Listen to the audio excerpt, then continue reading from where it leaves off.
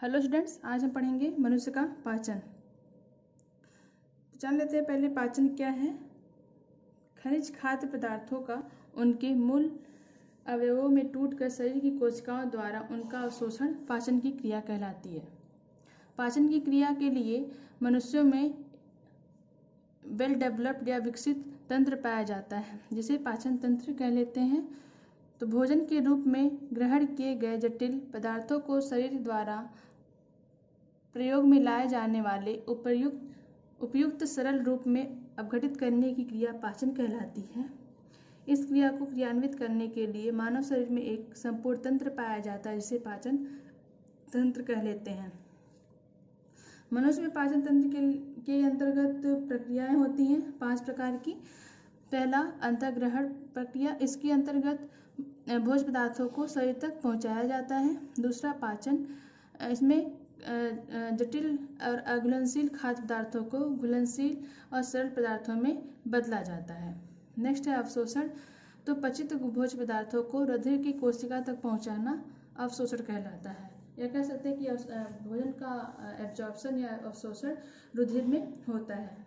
Next है स्वांगीकरण की क्रिया या एसिमिलेशन।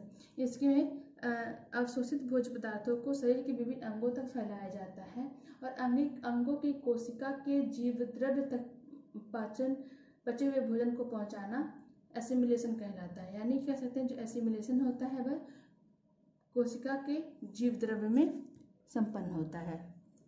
बहिक्षेपण की क्रिया में अपचित भोज्य पदार्थ या हानिकारक पदार्थों को शरीर से बाहर किया जाता है। अब मनुष्य में जो पाचन होता है यह एक नाल में संपन्न होता है, जिसे आहार नाल कह लेते हैं।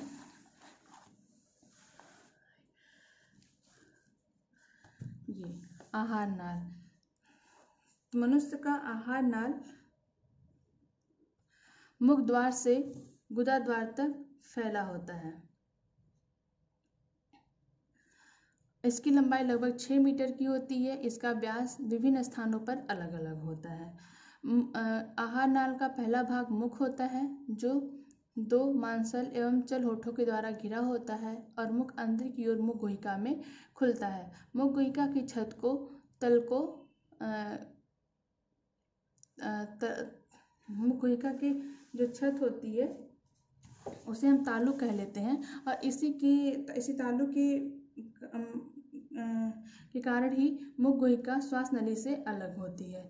बक्कल कैविटी या मुख गुहिका में लार ग्रंथियां पाई जाती हैं, जिनके द्वारा लार का सिक्रीशन किया जाता है, जिसमें एंजाइम्स उपस्थित होते हैं। यह एंजाइम्स लाइसोजाइम और टाइलिन होता है। जो एंजाइम्स होती हैं यह भोजन की पाचन की क्रिया को तेज कर देती है। एंजाइम्स किसी भी खाद्य पदार्थ या भोजन को पचाने का काम नहीं करती है, यह केवल पाचन क्रिया को तीव्र करती है। तो लार में लाइसोजाइम और टाइलिन पाया जाता है। लाइसोजाइम के द्वारा खाद्य पदार्थ के द्वारा में आए हुए जीवाणु या बैक्टीरिया जो भी होते हैं उनको नष्ट करने का काम करता है और टाइलिन मंड का पाचन करता है। और पाचन की क्रिया बक्कल कैविटी या मुख गुहिका से ही प्रारंभ हो जाती है। मुख गुहिका के आगे ग्रसनी आती है। ग्रसनी एक ऐसा अंग होता है आहार नाल का जहाँ पे कंठ द्वार या श्वास नली और भोजन नली एक दूसरे को क्रॉस करती हैं। भोजन नली के द्वार को निगल द्वार और श्वास नली के द्वार को कंठ द्वार कहते हैं। यहाँ इनके बीच में एक पत्ती की तरह संरचना पाई जाती है, जिसे एपिग्लॉटिस कह लेते हैं। जब भोजन मुख गुहिका से यानी कि बक्कल कैविटी से ग्रसनी में आती है तो यह एपिग्लॉटिस कंठ द्वार को ढक लेती है, जिसके कारण से जो भोज्य पदार्थ होता है वह कंठ में या श्वास नली में नहीं जाता है। यही ग्रसनी में ही वायु के कंपन के द्वारा मनुष्यों में आवाज़ उत्पन्न होती है, यानी कि हमारी आवाज़ यही ग्रसनी से ही निकलती है। ग्रसनी में जो भोजन होता है वह क्रमाकुंचन और शिथिलन के माध्यम से आगे की ओर बढ़ता है। ग्रसनी आगे की ओर ग्रास नली में खुलती है। ग्रास नली में एक लंबी संरचना होती है। इसकी लंबाई 23 से 27 सेंटीमीटर की होती है। ग्रास नली में किसी भी प्रकार की ग्रंथि या किसी भी प्रकार की पाचन की क्रिया नहीं होती है। यह केवल ग्रसनी को आमाशय से जोड़ने का काम करती है। ग्रास नली में भी भोजन संकुचन और क्रमाकुंचन और शिथिलन के माध्यम से ही बाहर यानी कि आगे की ओर भोजन बढ़ता है। ग्रास नली और आमाशय के बीच में एक वाल्व पाया जाता है जिसे स्फिंक्टर वाल्व कह लेते हैं। स्फिंक्टर वाल्व एक मिनट, यहाँ पे हम फिर से वापस आते हैं मुखगुहिका में। मुखगुहिका में दो प्रकार की संरचना पाई जाती है जो बहुत पाचन के लिए महत्वपूर्ण होती है। एक जीभ है, दूसरा दांत। तो जीभ मांसल और चपटी एक मांसल संरचना होती है जिसकी सतह पर स्वाद कणिकाएं पाई जाती हैं। जीभ के आगे वाले भाग की स्वाद कणिकाएं मीठा और पिछले भाग वाली कड़वा और दोनों दांत की तरफ या बगल में खट्टे का अनुभव करती हैं। आगे से थोड़े से पीछे थोड़े आगे वाले भाग से थोड़ा पीछे स्वाद कणिकाएं होती हैं जो नमकीन का स्वाद अनुभव करती हैं। और एक और बात, दांत की संरचना में मनुष्यों में 4 प्रकार की दांतें पाई जाती हैं। कृंतक, इंसिजर, यह भोजन को काटने का काम करती है। रदनक, यह चीरने का काम करता है। अग्रचवड़क और चवड़क ये दोनों पीसने का काम करता है। ये है कह ले कि जबड़े के आधे भाग में किस प्रकार का दांत और कितनी संख्या में होता है इसे दर्शाया गया है। तो आगे दोनों इंसीजर होते हैं, फिर कैनाइन होता है एक, फिर 2 प्रीमोलर होते हैं और फिर 3 इसके बाद मोलर होते हैं। यानी कि मनुष्यों का दंत सूत्र होता है 2 1 2 3। यह केवल एक जबड़े का आधा भाग है। अगर इसे 4 से गुणा कर दिया जाए तो ये 32 हो जाएंगे। यानी कि मनुष्यों में दांतों की संख्या कुल 32 होगी और शिशुओं में दांतों की संख्या 4 होती है। उनमें मोलर अनुपस्थित होते हैं।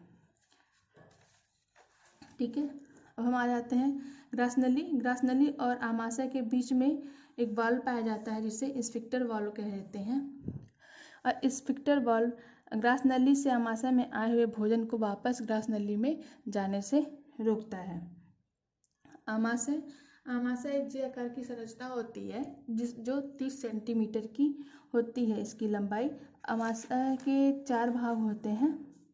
कार्डियक वाले भाग में ही ग्रास नली आके खोलती है। आमाशय के ऊपरी भाग को फंडस कहते हैं और निचली भाग को पाइलोरिक कहते हैं, तब बचे हुए बीच वाले भाग को शेषाग्र कह लेते हैं।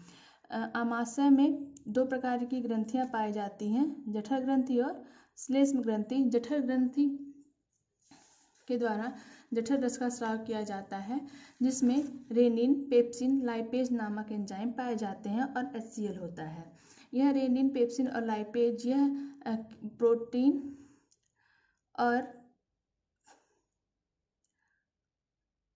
और वसा के पाचन के लिए सहायक होता है। HCl के माध्यम से HCl की वजह से यहाँ पे जितने भी यहाँ की प्रकृति यानी कि आमाशय की प्रकृति अम्लीय हो जाती है और पाचन के लिए सहायक होती है। श्लेष्म ग्रंथि के द्वारा श्लेष्म रस का स्राव किया जाता है जो आमाशय की दीवारों को HCl के प्रभाव से बचाता है। आमाशय की तरफ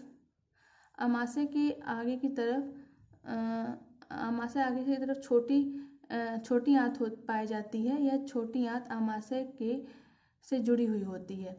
आमाशय के निचले बगल यानी कि सामने की तरफ और दोनों ग्रंथियां पाई जाती हैं, एक यकृत और यह अग्नाशय। यकृत ग्रंथि जो होती है सबसे बड़ी पाचक ग्रंथि होती है। यह लगभग 1 से 1.5 kg की या किलो की होती है। इसमें पित्त रस का संश्लेषण होता है और इसके द्वारा संश्लेषित पित्त रस को पित्ताशय में संचित किया जाता है या एकत्रित किया जाता है। यह पित्त रस वसा के पाचन के लिए सहायक होता है। यकृत में 2 प्रकार की प्रोटीन्स का निर्माण होता है, कौन फाइब्रिनोजन और प्रोथ्रोम्बिन, इन जो रक्त को जमने से रोकता है। लीवर ग्लूकोज को ग्लाइकोजन के रूप में संचित भी करता है। दूसरा है अग्नाशय। यह दूसरी सबसे बड़ी ग्रंथि होती है और इसके द्वारा अग्नाशय रस का स्राव किया जाता है, जिसमें लाइपेज और एमाइलेज और ट्रिप्सिन नामक एंजाइम पाई जाती है, जो वसा, कार्बोहाइड्रेट और शर्करा के पाचन के लिए आवश्यक होता है या सहायक होता है। अब आमाशय आगे की ओर छोटी आंत से जुड़ता है, जहां आमाशय और छोटी आंत के बीच में एक वाल्व पाया जाता है, जिसे पाइलोरिक वाल्व कह देते हैं। आमाशय में जो भोजन पचता है, यहाँ पे भोजन तरल रूप में परिवर्तित होता है, जिसे कायम कह लेते हैं। तो आमाशय के आगे जो भोज्य पदार्थ होगा उसको हम कायम कहेंगे, यानी कि भोजन पाइलोरिक वाल्व आमाशय के द्वारा छोटी आंत में आए हुए कायम को वापस आमाशय में जाने से रोकती है। छोटी आंत की लंबाई लगभग 6 मीटर की होती है और इसका व्यास 2.5 सेंटीमीटर का होता है। छोटी आंत के 3 भाग होते हैं, ग्रहणी, मध्यांत्र और शेषांत्र। ग्रहणी वाले भाग में किसी भी प्रकार की ग्रंथि नहीं पाई जाती है। इसमें केवल श्लेष्म का स्राव होता है और पित्तरस यानी यकृत से आने वाला पित्त रस और अग्नाशय से आने वाला अग्नाशयी रस, यही छोटी आंत के ग्रहणी में भोजन यानी कि कायम से मिलता है और पाचन की क्रिया को आगे बढ़ाता है। छोटी आंत के मध्यांत्र और शेषांत्र वाले भाग में छोटी संरचना पाई जाती है, जाली की नुमा, जिसे विलाई कह लेते हैं, और इन विलाई के माध्यम से जो आमाशय में भोज्य पदार्थ या खाद्य पदार्थ नहीं पचे हुए हैं, उनका पाचन और अवशोषण होता है। यानी कि सबसे ज़्यादा पाचन की क्रिया, अवशोषण की क्रिया छोटी आंत में ही होती है। जो भोज्य पदार्थ छोटी आंत में नहीं पचते हैं, वह फिर आगे की कहीं पे भी उनका पाचन नहीं होता है। शेषांत्र वाले भाग में ही सबसे ज़्यादा एब्जॉर्प्शन की क्रिया या अवशोषण की क्रिया होती है। छोटी आंत का शेषांत्र भाग बड़ी आंत से मिलता है। बड़ी आंत की लंबाई लगभग 1.5 मीटर की होती है और इसका डायमीटर 4.5 सेंटीमीटर का होता है। चूँकि बड़ी आंत का व्यास छोटी आंत के व्यास से बड़ी होती है, इसलिए इसको बड़ी आंत और इसको छोटी आंत कहते हैं। छोटी आंत बड़ी आंत के सीकम भाग से मिलती है। बड़ी आंत के भी 3 भाग होते हैं, कोलन, सीकम और मलाशय। तो छोटी आंत बड़ी आंत के यानी कि छोटी आंत का शेषांत्र भाग बड़ी आंत के सीकम भाग से मिलता है, जिसके द्वारा अपचित भोज्य पदार्थ या जितने भी अपचित भोज्य पदार्थ होते हैं वह छोटी आंत से बड़ी आंत में जाते हैं। जहाँ पे ये दोनों मिलते हैं वहाँ पे एक वाल्व पाया जाता है, जिसे इलियोसिकल वाल्व कहते हैं। बड़ी आंत इन्हीं वाल्व के पास ही एक अंगुली की तरह संरचना पाई जाती है, जिसे अपेंडिक्स कह लेते हैं। अपेंडिक्स में अगर यह एक अवशेषी अंग होता है जिनका अब कोई भी उपयोग नहीं है। अपेंडिक्स में अगर भोजन के कण चले जाते हैं तो इसमें सूजन हो जाता है, जिसे कह लेते हैं अपेंडिसाइटिस। अब जो देख लेते हैं, बड़ी आंत का यह भाग सीकम भाग है, इसके आगे कोलोन होगा। बड़ी आंत का कोलोन भाग सबसे लंबा होता है। जिन भोज्य पदार्थों का अवशोषण, इसमें किसी प्रकार की ग्रंथि नहीं पाई जाएगी। इसमें केवल जिनका अवशोषण छोटी आंत में नहीं हो पाया है, उनका अवशोषण बस इस वाले भाग में यानी कोलोन वाले भाग में होता है। यानी कि बड़ी वाली आंत में किसी भी प्रकार की ग्रंथि नहीं पाई जाती है, किसी प्रकार की पाचन की क्रिया नहीं होती है। इसमें केवल छोटी आंत से बचे हुए भोजन का केवल अवशोषण होता है। अवशोषण कोलन आगे की तरफ मलाशय से जुड़ी होती है। मलाशय एक पतली नलिका होती है जो पीछे की तरफ एक वृत्ताकार संरचना पाई जाती है, जिसे या फिर कह सकते हैं कि मलाशय का अंतिम भाग जो होता है वह वृत्ताकार होता है और उसे गुदानाल कह लेते हैं। और इसी गुदानाल में ही अपचित भोज्य पदार्थ इकट्ठा किया जाता है और गुदाद्वार के द्वारा बाहर कर दिया जाता है।